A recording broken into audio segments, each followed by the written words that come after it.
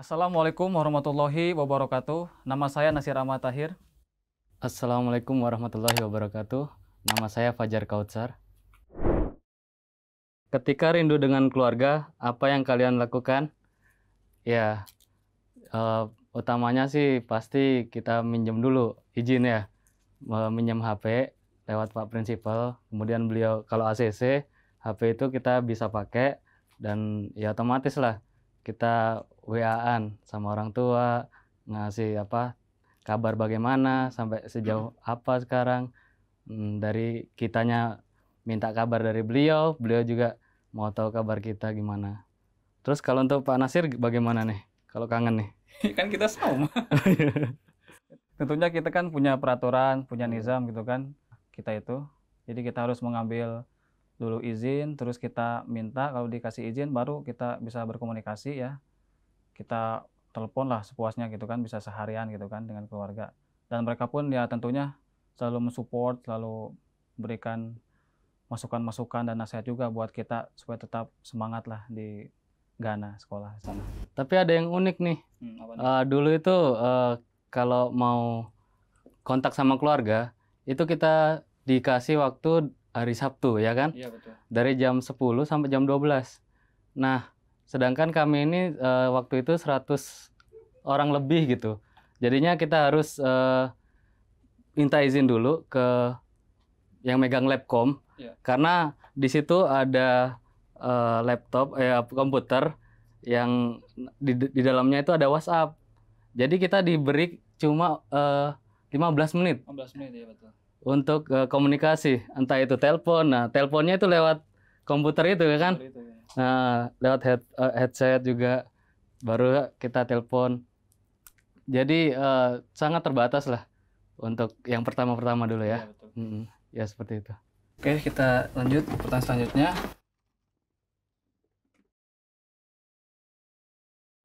Pertanyaannya, ada nggak keinginan atau kepikiran sebelumnya bisa lanjut studi di Ghana? Tentunya waktu itu kita ya namanya juga masih mahasiswa gitu kan. Yang namanya mahasiswa kita nggak tahu apa-apa lah. Ini juga kan merupakan karunia Allah Ta'ala gitu kan. Bisa melanjutkan lagi studi keluar. Waktu itu memang ada desas-desus gitu ya. Kita akan dikirimkan entah itu ke Kadian gitu kan. Tapi kalau ke Kadian itu kan syaratnya itu adalah harus menikah gitu kan. Waktu itu kan ada utusan huzur yang datang ke sini memberikan nasihat dan juga masukan kepada Bapak Amir dan lainnya. Jadi di Ghana sama di Kanada itu bisa ke sana lanjut tanpa menikah gitu. Jadi mungkin ini juga pertimbangan dari bapak-bapak, dari beliau-beliau, dan akhirnya kita dikirimkan ke sana gitu kan. Ya alhamdulillah gitu kan. Kita jadi orang pertama yang ke sana ke Afrika dan juga mungkin jadi orang yang terakhir gitu kan. Dari Jamiah Indonesia yang bisa lanjut ke sana. Ya, berikutnya saya nih ya, Silakan. yang di ujungnya. Bismillah. Apa saja kendala yang kamu hadapi dalam beradaptasi dengan teman-teman di sana? Ya, kendalanya yang pertama adalah segi bahasa. Juga sebenarnya Jamiah itu mulai pembelajarannya itu bulan September. Nah, sedangkan kami nyampe di sana itu 1 Desember. Dan itu pun belum langsung masuk, ya kan? Jadi kita sebagai tamu dulu lah selama 1 minggu. Kita juga dites di sana. Nah, hasil tes itu langsung kita masuk ke dalam Sania kelas atau tahun ketiganya. Nah, setelah di sana, di Sania kami bertemu dengan teman-teman yang dari Mubasyirin lainnya. Jamiah Mubasyirin Nigeria, Jamiah Mubasyirin Ghana, Mubasyirin Tanzania gitu. Jadi Sania waktu itu ada Sania B. Sedangkan yang Sania A itu mulai dari Mumahidah, kelas Mumahidah. Sedangkan kami Sania. Nah, karena terlambat dan bahasa pengantar di dalam kelas itu adalah bahasa Urdu, jadinya kami yang dari Indonesia ini nggak ngerti gitu loh. Apa sih yang diucapin sama dosen gitu. Sama teman-teman juga. Iya, sama teman-teman yang lainnya juga kendalanya seperti itu. Dan terlebih lagi karena terlambat, jadi masuk itu mengejar apa ya, pelajaran itu sangat susah sekali gitu. Eh, karena dari apa, satu hari kalau misalnya kita tidak masuk, itu kita ketinggalannya jauh. Apalagi kami terlambat 3 bulan. Itu. Nah, Desember kami masuk, Januari itu langsung ujian. Dan ujiannya itu dalam bahasa Urdu. Itu sangat susah sekali buat kita. Eh, jadinya kami, di antara kami lah, saya lah, itu gagal dalam semester pertama. Gagal di sini remedial atau HER, 7 mata kuliah dari 14. Ya, tapi untungnya ya. Ya, alhamdulillah di semester keduanya karena kami mulai dari awal, jadi bisa ngikutin dan tercover. Yang dari 7 mata kuliah tadi bisa tercover 6 mata kuliah. Saya lulus 6. Jadi tinggal satu aja yang HER gitu. Dan alhamdulillah setelah HER lulus juga ke tingkat Salisa. Mungkin bagaimana Pak Nasir yang Saya awal-awal? banyak lah. Saking banyak nggak bisa diungkapin. Oh ya. Apa aja tuh? Ya banyak lah intinya, Bang. Jelasin makanannya nih. Kan saya itu kan dari daerah dingin gitu. Oh ya. Saya tinggal bukan di kutub sih, tapi di daerah pegunungan lah gitu kan. Datang ke sana panas, bayangin aja gitu ya. Sebelum landing gitu kan. Saya tuh pas masih di pesawat itu mimisan gitu kan. Waduh, udah masuk Afrika nih kayaknya nih. Sampai gugup juga gitu kan. Kok bisa sampai mimisan gitu kan. Ya mungkin ini karena perubahan cuaca tadi ya, suhu gitu kan. Belum ditambah mungkin jet lag gitu kan. Terus kendala yang lainnya makanan lah ya. Karena makanan di Afrika sama Asia itu memang ada beberapa perbedaan walaupun ada beberapa yang sama gitu kan. Apalagi menu di Jamiah ya pertama ya kaget itu kan. Apalagi beda lah sama Jamiah sebelumnya di Indonesia gitu. Kalau saya bisa bandingkan ya lebih bagus kualitasnya yang di Indonesia gitu kan. Buat makanan ya, untuk makanan. Iya untuk makanan, tapi dari segi yang lainnya sih alhamdulillah bagus. Di sana fasilitas sudah mendukung gitu kan untuk belajar lah alhamdulillah gitu kan. Terus kendala yang lainnya itu mungkin ya tadi yang bisa dibilang sama Pak Fajar ini masalah bahasa ya. Jadi saya ini kalau nggak tahu apa-apa ya silent aja gitu, diem aja gitu kan. Orang nanya apa, yes, oke. No, oke gitu kan. Cuman ya alhamdulillah balik lagi gitu kan, ke tujuan kita datang ke sana ya harus belajar gitu kan. Ya kita lambat laun lah gitu kan bisa mengikuti orang-orang sana juga gitu kan. Terus teman-teman orang Afrika asli gitu ya, dari Ghana, dari Nigeria, kan mereka kan bahasa nasional kan bahasa Inggris gitu kan. Ya mereka juga ini mengajari kita gitu kan. Dan mereka juga bagus gitu buat sosialisasinya gitu kan, bertemannya juga. Baik, pertanyaan selanjutnya. Apa hal paling menarik bagi kamu selama menjalankan studi di Ghana? Pernah nggak dimarahin sama dosen? Waduh. Banyaklah hal yang menarik selama belajar di Ghana. Khususnya hidup berasrama lah ya. Karena hidup di asrama itu penuh kenangan lah buat saya gitu kan. Waktu itu tahun pertama, jadi saya itu dengan Pak Fajar juga gitu kan, dengan teman-teman yang lainnya, kita itu digabung lah sama teman-teman orang Afrika gitu. Jadi kita tahulah keseharian mereka bagaimana gitu kan. Terus juga dalam hal olahraga lah ya, bisa dibilang. Jadi ketika kita masuk jam olahraga, kalau kita kan dari Asia lah ya, kalau mereka kan Afrika gitu kan, dan mereka itu suka main bola. Jadi kita pas awal-awal itu ketika mau main bola itu nggak kebagian gitu kan, karena kan mereka melihat ini kan orang Asia lah, lemah gitu ya mungkin gitu ya. Mereka kan sangat kuat-kuat gitu kan. Kita sampai nggak dikasih kesempatan sih. Jadi ya kita dari Indonesia ini ya kebanyakan ya main volley aja gitu kan, sehari-harinya itu pas main sore itu, atau misalkan jalan sore gitu. Terus hal yang menariknya juga kita ya bisa berkomunikasi sama melancarkan bahasa asingnya gitu kan. Karena ini kan modal juga lah buat kita yang sekolah di sana gitu. Terus kalau masalah dimarahin sama dosen, sebenarnya sih semua dosen itu mengekspresikan marahnya itu kan bermacam-macam gitu kan. Ada mungkin yang nyindir gitu kan. Nggak mungkin lah kalau marah sampai mukul mah, ya itu nggak mungkin. Ya intinya kan pastinya lah memberikan nasihat itu selalu lah gitu kan dari mereka. Bagaimana dengan Pak Fajar? Kok coba ulang dong. Jadi gini nih, hal yang paling menarik selama menjalankan studi di Ghana, Iya. dimarahin. Yang menarik ya. Yang menarik itu ketika saya ikut PKL. Jadi praktek kerja lapangan. Di sana selama 2 minggu, jadi kami dikirim di tiap-tiap daerah. Nah, pas waktu pertama kali datang, itu saya di Agona. Itu di Central East Region. Artinya apa ya? Bagian tengah tapi bagian timur gitu. Di daerahnya. Nah, setelah nyampe di Agona, dari Pak Mubalik wilayahnya membagi-bagi tuh teman-teman. Kebetulan saya bertiga dari Jamiah, sama orang Ghana, sama orang Uganda.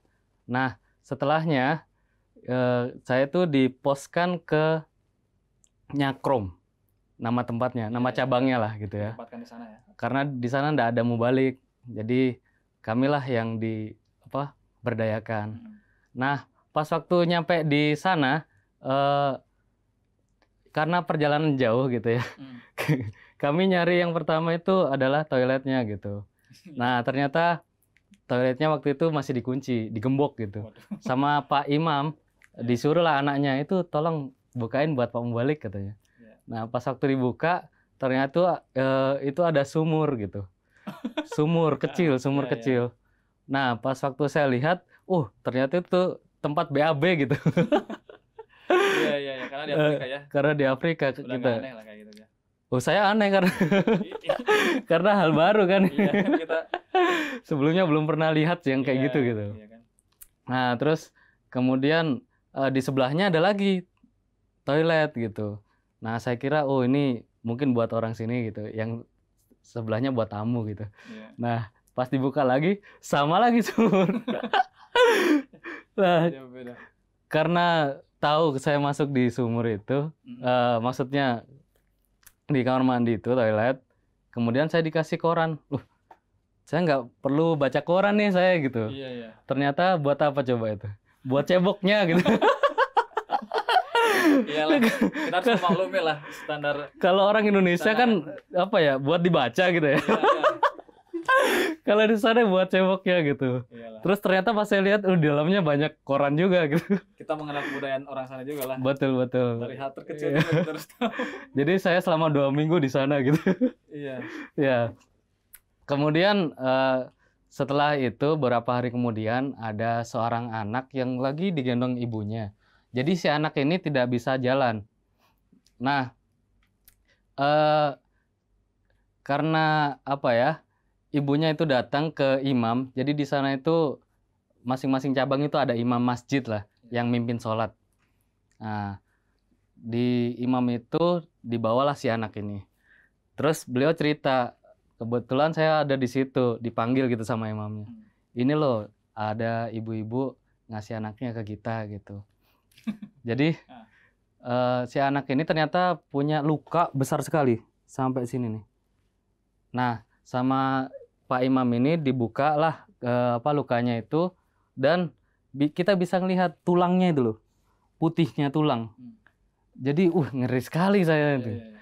Nah, kata si ibu ini, si anak ini sudah dibawa ke pastur.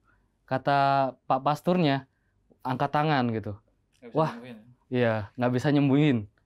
Karena si anak ini sudah digigit oleh jin ular katanya gitu. Iya.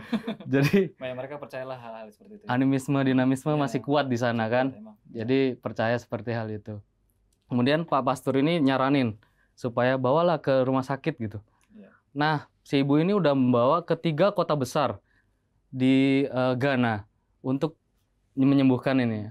Kasoa, Accra, Kumasi gitu. Iya. Rumah sakitnya itu menolak semua. Karena tidak ada harapan buat kakek anak ibu ini gitu. Iya. Jadi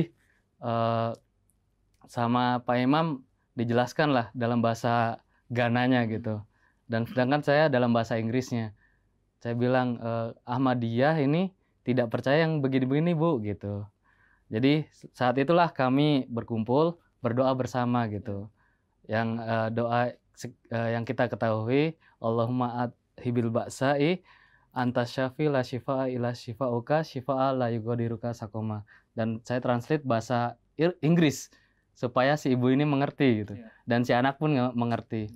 Kemudian setelah berdoa, ya itulah sama Pak Imam ini dikasih obat lah, obat tradisional, herbal lah.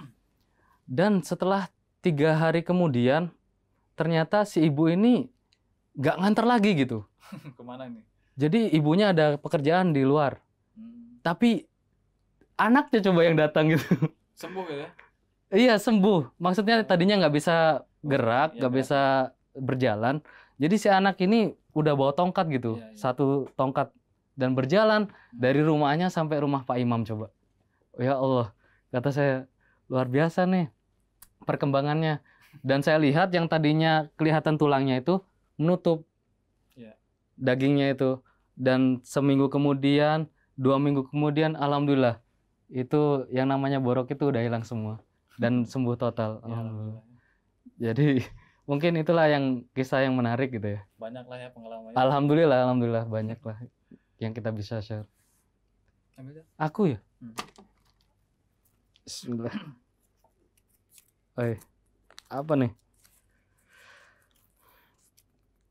Apa yang kamu lakukan pertama kali ketika datang ke Ghana? Apa ya? Ya yang pertama mandi mungkin. Karena panas sekali di sana, luar biasa. Jadi pas waktu turun dari itu airplane, itu pas waktu nyampe airport dan dari perjalanan airport ke headquarter itu ngesang. Jadi berkeringat sekali semuanya gitu. Jadi yang pertama kali ya mungkin mandi lah. Ya kita nggak tahu gimana Ghana sebelumnya. Mungkin cuma komunikasi saja dengan teman yang berada di Jamiah Mubasyirin Ghana. Dan ternyata Jamiah Mubasyirin Ghana dan Jamiah Syahid Ghana itu beda tempat. Jadi berapa menit? Ada sekitar 20 menit. 20 menit lah naik taksi itu dari Jamiah Syahid ke Jamiah Mubasyirinnya gitu. Jadi kami komunikasi aja sih sama yang dari Jamiah Mubasyirin gitu. Gimana sih di sana gitu. Dan ternyata bahasa Inggrisnya pun berbeda dengan bahasa Inggris yang biasa kita dengar gitu. Iya, betul. Kayak ini, homework. Awalnya saya bertanya-tanya, apa homework ini? Ternyata homework. Iya, betul. PR lah gitu ya. Iya. Tanya kan teman saya, have you done your homework? Katanya. What do you mean? Beda aksen lah. Beda aksen, iya. Terus apa lagi ya? Ya intinya yang pertama kali itu kita mencoba seperti bunglon lah. Kalau di mana kita ditempatkan itu kita berubah warna sesuai dengan sana gitu. Kita berusaha menyesuaikan diri di sana. Dan yang kami kagetnya ya mungkin salah satunya dari makanan sih. Jadi makanan itu pertama kali datang, ya alhamdulillah kita masih dianggap tamu lah. Dalam seminggu itu masih enak. Iya betul. Masih enak-enak gitu. Tapi seminggu kemudian setelah kita jadi mahasiswa, kita ikut mahasiswa yang lainnya makannya. Jadi ada menunya itu nasi sama saus tomat aja, udah. Gak usah nunggu yang lain ya, udah itu aja. Iyalah. Terus ada nasi sama apa tuh? Kacang ya? Iya, waci ya namanya. Wace namanya, ya. Terus ada lagi nasi saus tomat sama pisang dibuka terus dicemplungin ke minyak, digoreng gitu maksudnya. Ya. Nah, habis itu dimakan juga. Ya, itulah. Ya, kita udah merasakan ya. Nah, ya alhamdulillah sudah melalui bersama ya kan ya. Iya. Ya mungkin dari Pak Nasir. Hal pertama ya pas ke Ghana itu ya menyapa orang sana lah pasti. Kita ketemu orang baru, woi orang baru nih, orang Afrika gitu kan. Kita juga ya orang asing gitu kan bagi mereka gitu kan. Ini siapa gitu kan. Nah, kita perkenalkan bahwa kita itu mahasiswa dari Indonesia gitu yang mau lanjut ke Jamiah Ghana yang di Internasional Ghana gitu kan untuk melanjutkan gelar syahid itu. Oh, banyak hal lah, mereka juga ngobrol dan banyak juga ini persamaan-persamaan gitu kan kita jelaskan bahwa di Indonesia itu kan banyak pulau gitu kan ada satu pulau yang dimana dihuninya itu oleh orang-orang berkulit hitam gitu kan. Nah, kita jelaskan juga dan kita kasih lihat juga, wah iya ya, kalian juga punya orang-orang seperti kita gitu kan, jadi mereka juga nggak asing gitu kan. Setelah itu kita juga menyesuaikan diri lah ya sama lingkungan sama cuaca di sana juga gitu. Pas pertama ke sana ya saya sempat kayak demam gitu kan karena panas gitu kan di sana. Sampai pas di pas di pesawat itu mimisan, pas turun juga pas di guest house itu saya juga mimisan lagi gitu. Itu mungkin kendalanya buat saya pribadi gitu kan, kesehatan gitu kan di sana. Tapi overall alhamdulillah ya gitu ya. Overall. Iya, alhamdulillah Pak ya, baik-baik saja gitu di sana.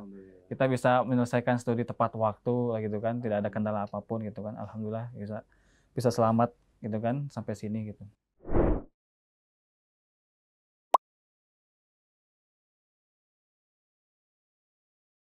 Indonesia.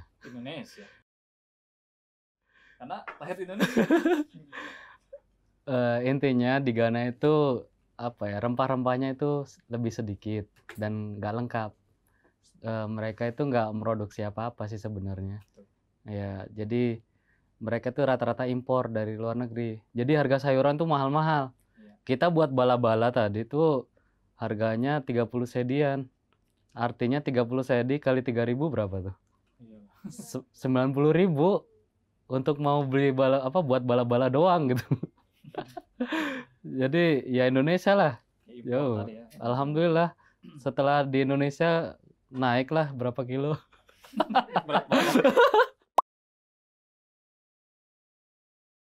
Saya bahasa Inggris. Alasannya karena di sana di Ghana itu karena kan bahasa nasionalnya bahasa Inggris, jadi saya banyak belajarnya itu bahasa Inggris gitu aja sih. Komunikasi dengan teman-teman juga di asrama atau di luar kuliah itu ya bahasa Inggris. Saya juga jawab ya. Oh ya, saya bahasa Inggris juga. Kenapa? Karena lebih umum, lebih mudah dimengerti lah daripada bahasa Urdu. Karena tatanan Inggris itu sama kayak bahasa Indonesia, subjek, predikat, objek gitu ya, dan keterangan. Sedangkan kalau bahasa Urdu, subjek, objek langsung, keterangan, dan predikatnya yang di belakang. Kadang satu paragraf full. Dan kata kerjanya itu di belakangnya gitu. Jadi ya bahasa Inggris lah. Sepakat kita. Kalau saya sih di mana-mana juga ya asik aja gitu. Mau tinggal di Indonesia, mau di Ghana, mau di mana saja lah. Ya tentunya sih di Indonesia lah. Karena lahir di Indonesia juga gitu kan. Mengenal karakter, budaya, bahasa ya di Indonesia. Kalau Ghana cari pengalaman saja gitu kan. Ya sama lah saya di Indonesia. Karena ya itu cinta lah ya. Cinta produk hubul waton minal iman ya kan. Produk Indonesia. Alhamdulillah masih cinta Indonesia lah. Semuanya. Mubalik ya kan. Mubalik itu intinya masih mubalik mau seorang wakaf gitu kan. Semuanya sih sama sih. Ya seorang pengkhidmat gitu. Jadi memang proporsinya mubalik itu sebagai garda depan jemaat ya untuk bertabligh gitu kan. Jadi menyebarkan ajaran Islam yang hakiki, terus ajaran dibawa oleh Hazrat Masih Maud SAW dan para khalifahnya gitu ke seluruh dunia. Kan Hazrat Masih Maud SAW menerima wahyu kan, meteri tabliko, zabingke kinarong tak koncongga gitu kan. Aku akan sampaikan tabligh engkau ke seluruh pelosok dunia gitu kan. Jadi ini tugas mubalik itu. Nah, selain itu ya memang sih mubalik itu kan tugasnya ya bukan hanya itu saja kan. Jadi tarbiyah, taklim, dan mengurus cabang juga gitu kan. Wah, banyak sekali hal-hal yang harus dilakukan oleh seorang mubalik di lapangan itu. Jadi intinya ya sebagai itu, sebagai tangan kanan khalifah. Kalau Pak Fajar gimana? Berat ya pertanyaannya. Iya. Mubalik ya. Jadi mubalik itu orang yang bisa diandalkan lah dalam berbagai hal. Kalau di cabang itu apa ya, dituntut semuanya serba bisa gitu. Jadi apa-apa ke Pak Mubalik, apa-apa ke Pak Mubalik. Jadi benar-benar harus apa ya, wakaf zindagi atau wakaf dari hidup. Ya, inna salati wa nusuki wa mahyaya wa mamati lillahi rabbil alamin. Artinya sesungguhnya salatku, ibadahku, matiku, hidupku dan matiku hanya untuk Allah Ta'ala. Jadi ya itu yang bisa apa sih, memberi manfaat lah kepada orang lain, menurut saya mubalik itu. Ab Sabko MTA Indonesia Me terhubung ke program Musalsal Wacing Kare.